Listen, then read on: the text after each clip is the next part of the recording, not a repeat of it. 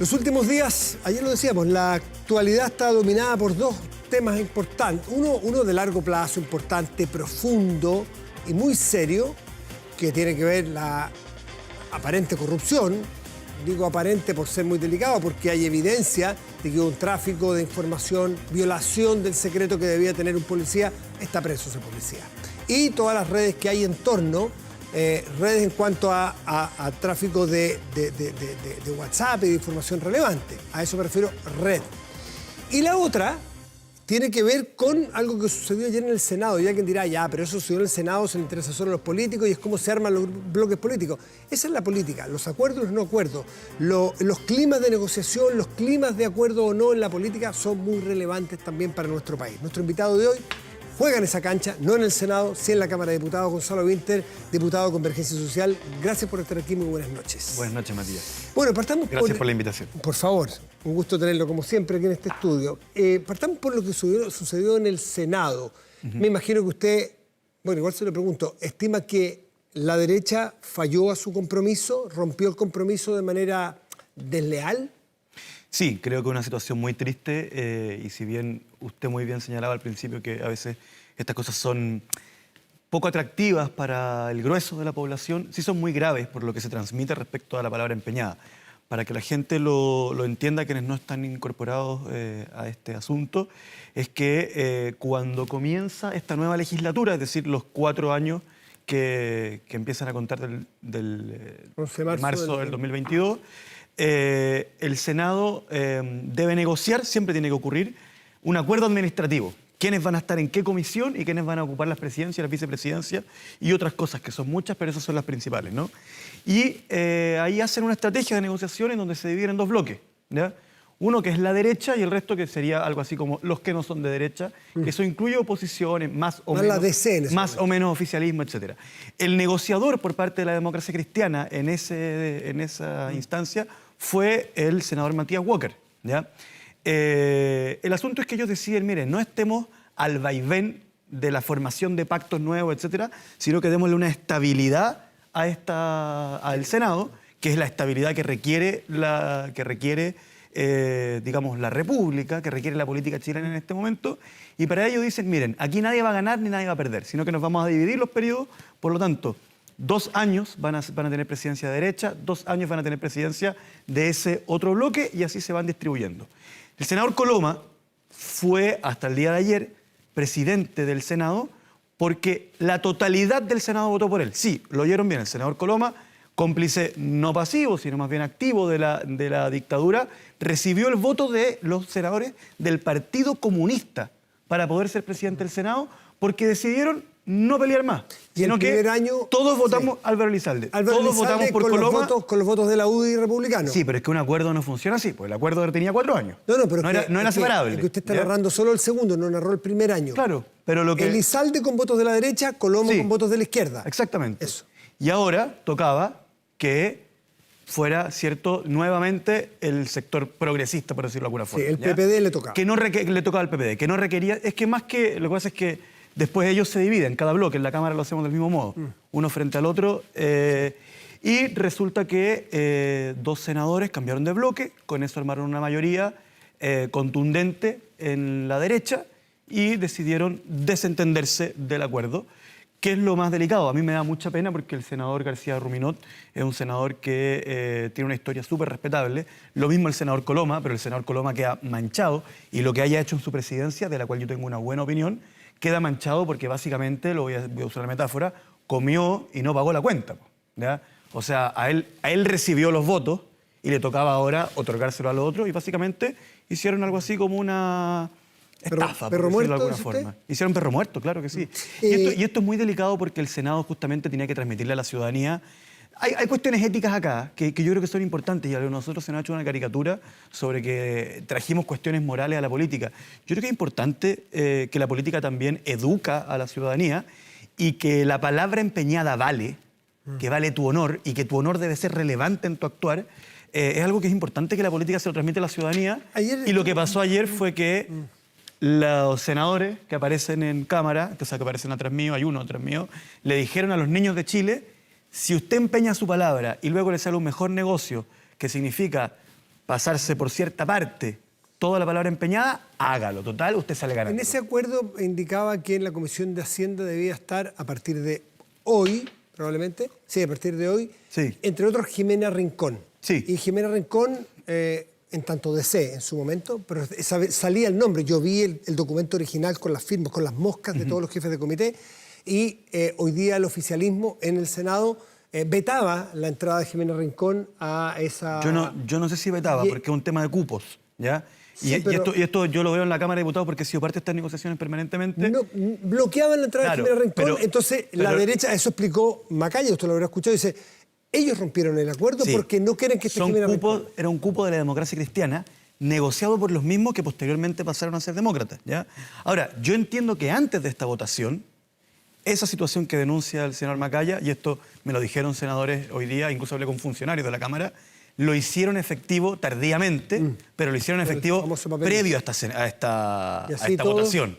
Entonces, el asunto ya estaba arreglado antes de tener que romper el acuerdo y quedarse con todo. Todos sienten... Pero además también los senadores a nosotros nos habían transmitido que había un error en la forma en que la Cámara de Diputados negociaba esto de que un sector armara mayoría y excluyera al resto, y apenas lograron una mayoría para excluir al resto lo hicieron.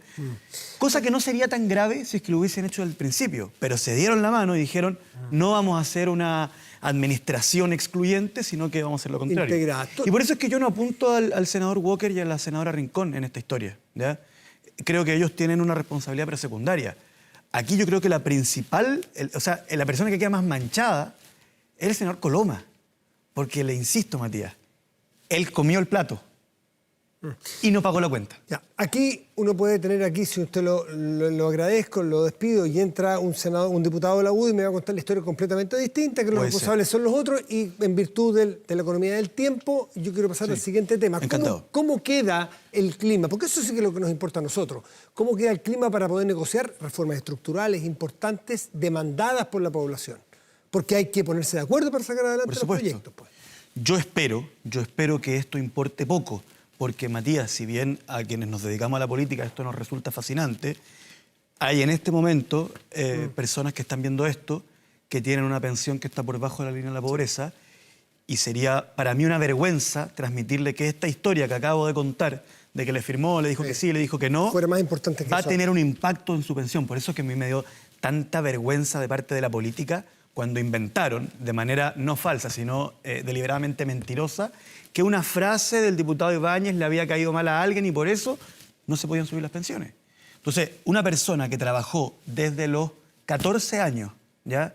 Qué sé yo, en el carbón, lo que veíamos antes, o en Huachipato, y que ahora tiene 87, y mañana se tiene que levantar a las 5 de la mañana a regar una plaza en los servicios de sanidad municipal, que yo le diga que porque no me presentaron la renuncia a la Comisión de Hacienda antes, yo creo, y esto es una cuestión bien importante, que los parlamentarios tenemos la responsabilidad de juzgar todo lo que se pone en nuestro escritorio por el mérito propio de aquello que se nos hace tomar posición. O sea, ¿se puede salvar esta situación tensa, difícil de ayer en función de los acuerdos? Es que yo no hago pronósticos, para eso están los analistas políticos. No, pero yo hago algo que es más difícil, o puede ser más fácil dependiendo de la posición de cada uno.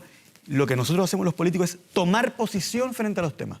Mi posición es que todos los políticos siempre debemos tomar posición frente a un tema ante el mérito del tema. No puede ser algo que se da mucho en el Congreso, y me encanta que la gente lo sepa, que la gente dice, voté en contra de este proyecto de ley. ¿Por qué? No, porque la semana pasada fue el ministro a mi región, y pasaba con la izquierda en el periodo pasado, fue el ministro a mi región y no me saludó. Así que jodieron los jubilados. No. Eso para mí es una vergüenza y es darle la espalda al mandato ciudadano. Por lo tanto, los políticos que nos peleamos todo lo que nos tengamos que pelear, pero la pensión del ciudadano, del anciano, del adulto mayor que está viendo esto en su casa, no puede, o puede estarlo, pero quiero decir que me parece vergonzoso desde la ética parlamentaria pasar cuentas, que lo esté. O sea, lo mismo que una reforma tributaria. Hoy día yo estaba hablando con un senador, tuvimos una conversación en que yo le decía, ¿sabe qué? Si usted no está en la misma posición de nosotros respecto a la forma de gastar en salud, en educación, en pensiones, y solo quiere gastar en seguridad, bueno, llegamos a un acuerdo de pacto fiscal que solamente vaya a la seguridad. Pero vuelvo a lo anterior. Si hay una persona que está viendo esto, que mañana tiene miedo de caminar del paradero a la casa porque lo pueden asaltar, no puede ser que una pelea en el Senado vaya a impactar en su falta de seguridad. Los proyectos tributarios, de pensiones, etcétera, los parlamentarios tenemos que la responsabilidad y la obligación moral, sí, moral, no tengo vergüenza en decirlo, moral, de analizar los proyectos de ley de acuerdo a lo que creemos que es mejor para el país. El análisis, y no si es que me miró feo esto, me miró... Sí, totalmente de acuerdo, y eso es de sentido común. Déjeme ver un tema... No, es que No, a veces, o sea, ojalá lo es fuera, a veces es el menos común de los sentidos, Claro. pero que es el sentido común suponer que uno no puede pasarse cuitas personales entre uno y otro y perjudicar al electorado. Porque dejan de ser personales toda vez que actuamos en representación de la ciudadanía. Cuando es moral la responsabilidad de un político para beneficiar a la población, a la ciudadanía. Sí. Y usted mencionó el tema de la seguridad, de esa persona que le da miedo caminar. ¿Qué ha cambiado en el análisis del mérito de los proyectos cuando ustedes se opusieron a toda la batería o a la gran parte de la batería de proyectos en seguridad? ¿A cuál? La gran parte, la mayoría. Es que no son todas. Pues dije, una parte, y que hoy día, en buena hora, una buena evolución, muchos de estos son ¿cómo se llama?, respaldados y empujados por el propio gobierno. Quiero hacer una aclaración antes del punto, porque ya van a salir algunos a criticarme. Yo no digo que mis posiciones sean más morales que las del otro.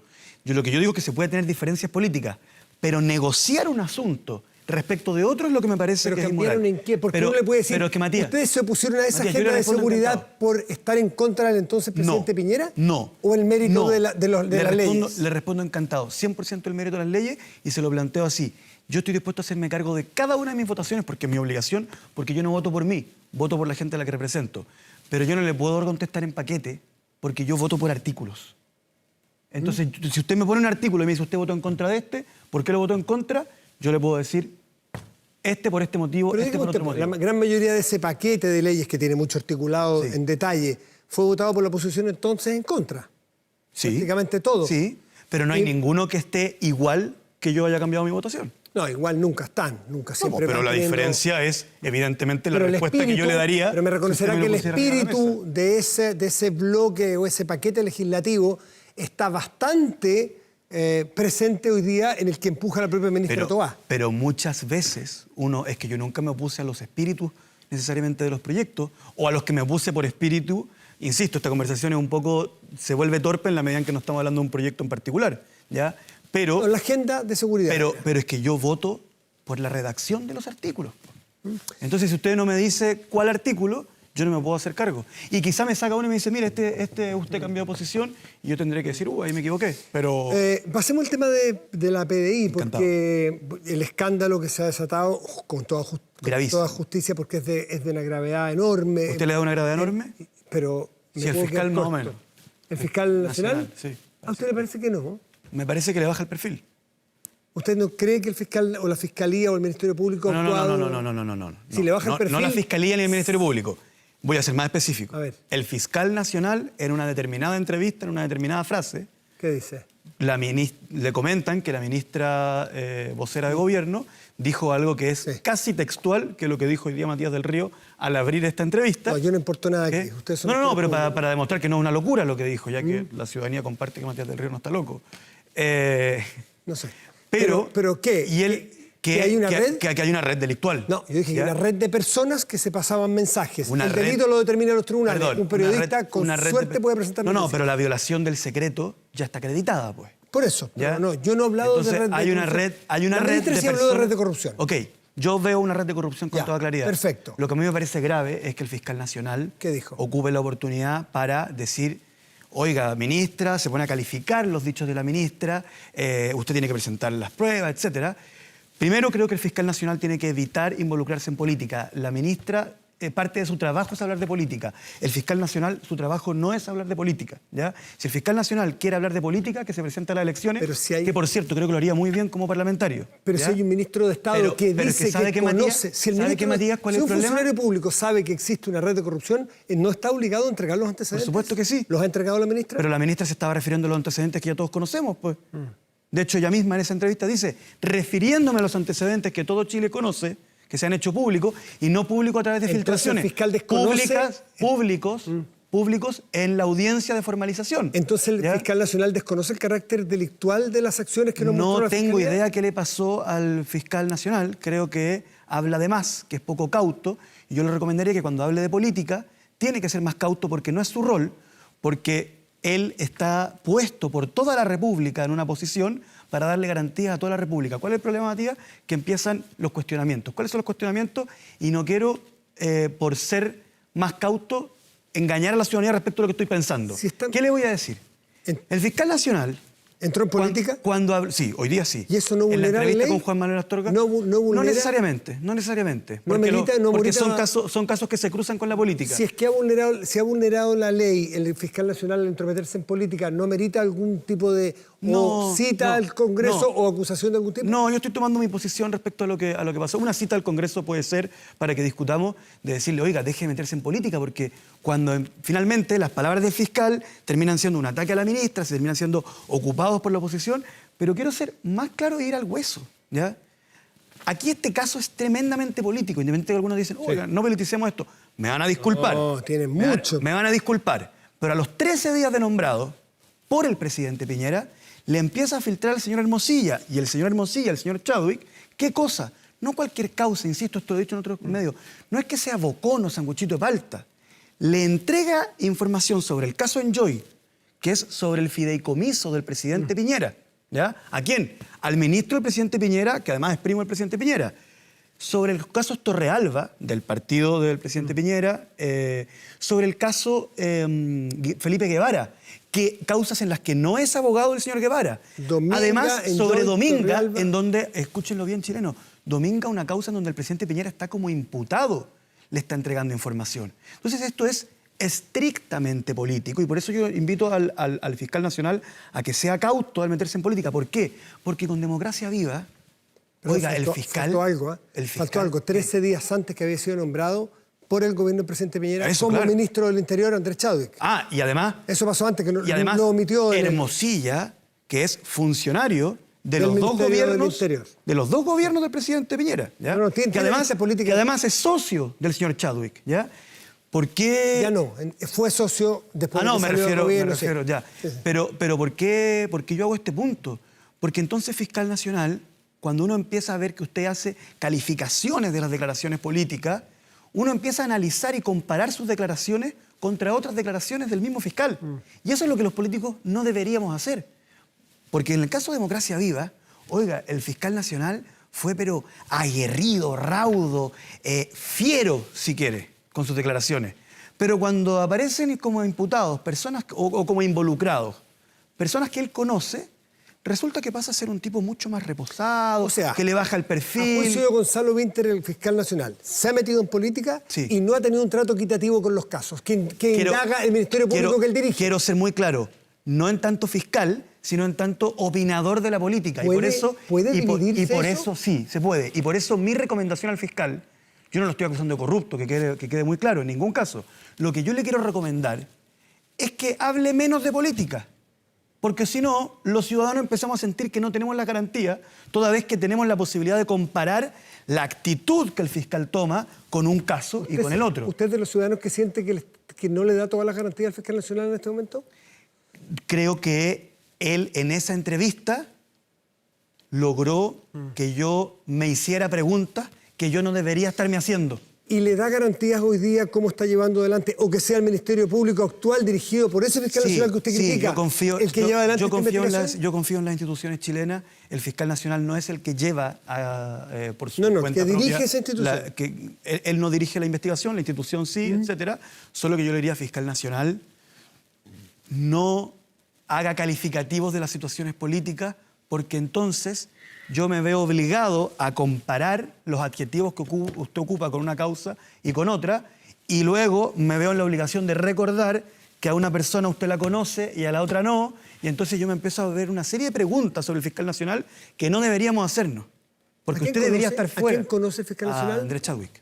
¿El fiscal nacional? Claro. ¿En qué? ¿Son parientes? ¿Son socios? Hay una foto que aparecen comiendo juntos y él entiendo que ha señalado sí, comimos juntos, no sabemos más y yo tampoco quiero saber más, no me interesa. Y no creo que yo debería saber más sobre esa comida, porque no es pecado comer con alguien. Ya, pero es que usted dice, lo conoce, está dando a entender que hay una relación. Yo lo había olvidado. ¿Y hay una relación? No tengo idea. Y no quiero saberlo, no me corresponde saberlo. No, pero usted... Yo lo había olvidado. Si es fiscalizador, le corresponde saberlo. Yo lo había olvidado hasta que él se puso a hablar de política y lo tuve que recordar, pues. Y no lo quiero volver a recordar. Entonces mi llamado al fiscal nacional es, no se meta en política. métase en la persecución del delito y dé garantías a toda la República, porque toda la República es la que lo ha colocado en ese cargo. Por último, pasemos, porque nos queda un minutito, pasemos al caso de Carabineros, que está tan, ¿no es cierto?, en boga, porque sabemos que en mayo también hay una formalización, y si el estándar es que no puede dirigir una policía en nuestro país quien es formalizado, el señor Yáñez no va a poder seguir después de mayo dirigiendo la institución. A través de la vocera y del ministro de Justicia nos enteramos cuál es un poco la doctrina, o pensar que es la doctrina del gobierno, que de mayo no pasa, o sea, o usted renuncia o lo vamos a sacar. ¿Es más o menos así? ¿Usted comparte eso? Ya, aclarar que yo no puedo hablar a nombre del gobierno, que es una obviedad, pero que no. Un disclaimer que vale la pena hacer, porque como yo soy un diputado oficialista, muchas veces... y muy cercano al presidente Boric. O sea... Sí, por lo que claro, sé, yo lo he leído, lo he visto en las revistas. Yo estoy aquí, yo nunca lo he dicho en esos términos, pero yo estoy aquí en tanto diputado por el Distrito 10. Sí, perfecto. ¿Ya? A ver, yo creo que hay que hacer algunas distinciones y matices en este debate que nos hace bien hacer. Primero, ¿hubo violaciones a los derechos humanos durante el estallido social? Sí. ¿Hubo además violencia con características delictuales durante el estallido social? Sí, también. Y las dos cosas no son contradictorias. Y yo quiero avisar a los chilenos que no están en la obligación de tener que creer que el estallido social fue todo puro delito o que fue todo pura violación a los derechos humanos, porque las dos cosas pueden haber ocurrido al mismo tiempo y que a veces nos falta la capacidad de poner matices en el debate. Los grises ¿ya? faltan mucho. Los grises faltan mucho. Las dos cosas pueden ser ciertas. Creo que también hay que hacer una distinción en que al señor Yáñez se le acusa de acciones propias y que en sí mismas tienen características de delito. ¿ya? La omisión en cuanto el solo hecho del reenvío de una causa es en sí mismo. O sea, ¿el WhatsApp es falso o es delito? No hay nada entre medio. Porque si lo envió, ya es delito. Y es una acción propia. En el caso del señor Yáñez, Carabinero. Sí, es que en el caso anterior me equivoqué, dije Yáñez y era Muñoz. Ya. ¿Qué es Muñoz Yáñez? Sí, por eso no nos están haciendo fácil la tarea. Yáñez Carabinero. El director general de Carabineros se le acusa de algo que es más complejo, que es una omisión, en donde probar delitos por omisión ya es muy complejo, y además que tiene que ver con la responsabilidad por el mando de una institución. ¿ya? Es decir, que su forma de conducir una institución deriva en violación a los derechos humanos y que ni siquiera es de manera activa, sino que su falta de premura, etcétera, lo cual es muy complejo. Por eso es que yo soy partidario, y desde que se supo que iba a ser formalizado, de conocer la formalización. Y es importante también que la ciudadanía sepa que... O sea, ¿hay formalizaciones y formalizaciones? Por supuesto que sí. Pero eso no es el estándar que nos dijo la ministra vocera del gobierno. Que sí. Que dice, la formalización es un punto de inflexión. Claro, pero... Usted no comparte con la ministra Vallejo. Es perfectamente probable. A ver, pero aclaremos, Matías, que no hagamos un juego de palabras. El señor Muñoz fue formalizado, primero renunció, ¿sí? Y fue formalizado un par de horas después de que se conocieran los hechos. Un par de horas después de que lo allanaran. Pero ocurrió al principio. ¿Ya? No estuvo ni un minuto a cargo de la policía. En el caso de Yáñez, yo no sé bien de qué se le acusa. Y es bueno también que la ciudadanía sepa que estar imputado por un delito, estar siendo o ser formalizado... Ministro Winter, usted es dueño total... Diputado Winter, además de ser abogado... más problemas de los que ya tengo. Además de ser abogado, conoce mucho más que yo y además que está en la política y es diputado. Entonces tiene derecho, naturalmente, a tener la razón, la idea y la posición que quiera y que le parezca al particular, pero me parece que es distinta a la que tiene la ministra Vallejo y eso es perfectamente legítimo. Okay. Ella dice, ¿formalizados? No. Usted dice, ¿hay formalizados y formalizados? No, lo que pasa es que ahora voy a darle mi posición frente al tema Yáñez, ¿ya? Ser director general de Carabineros no es un derecho humano como la presunción de inocencia, ¿ya? ¿Qué significa eso? Que no se viola la presunción de inocencia del señor Yáñez si es que se le saca. Porque uno tiene que poner a la persona que sea más idónea en el momento preciso. ¿Y qué pasa? Que cuando empieza la investigación contra el director general Yáñez... Cuando se hace formal, empieza a haber un problema súper complejo, que es que los carabineros son parte de las herramientas de investigación del Ministerio Público. Es muy complejo estar investigando a quién es tu superior jerárquico. Por lo tanto, yo en ese caso, ya sea que lo declaren inocente o culpable, creo que él ya no sería la persona más idónea. Entonces, ¿por qué lo sacan ahora? ¿Por qué no ejercen la autoridad ahora? Bueno, eso habría que preguntárselo al ¿Usted sería partidario de sacarlo ahora al general director de Carabineros? Yo esperaría la formalización. Diputado Winter, muchísimas gracias. Que esté Muchas muy gracias a usted, Gracias por estar aquí.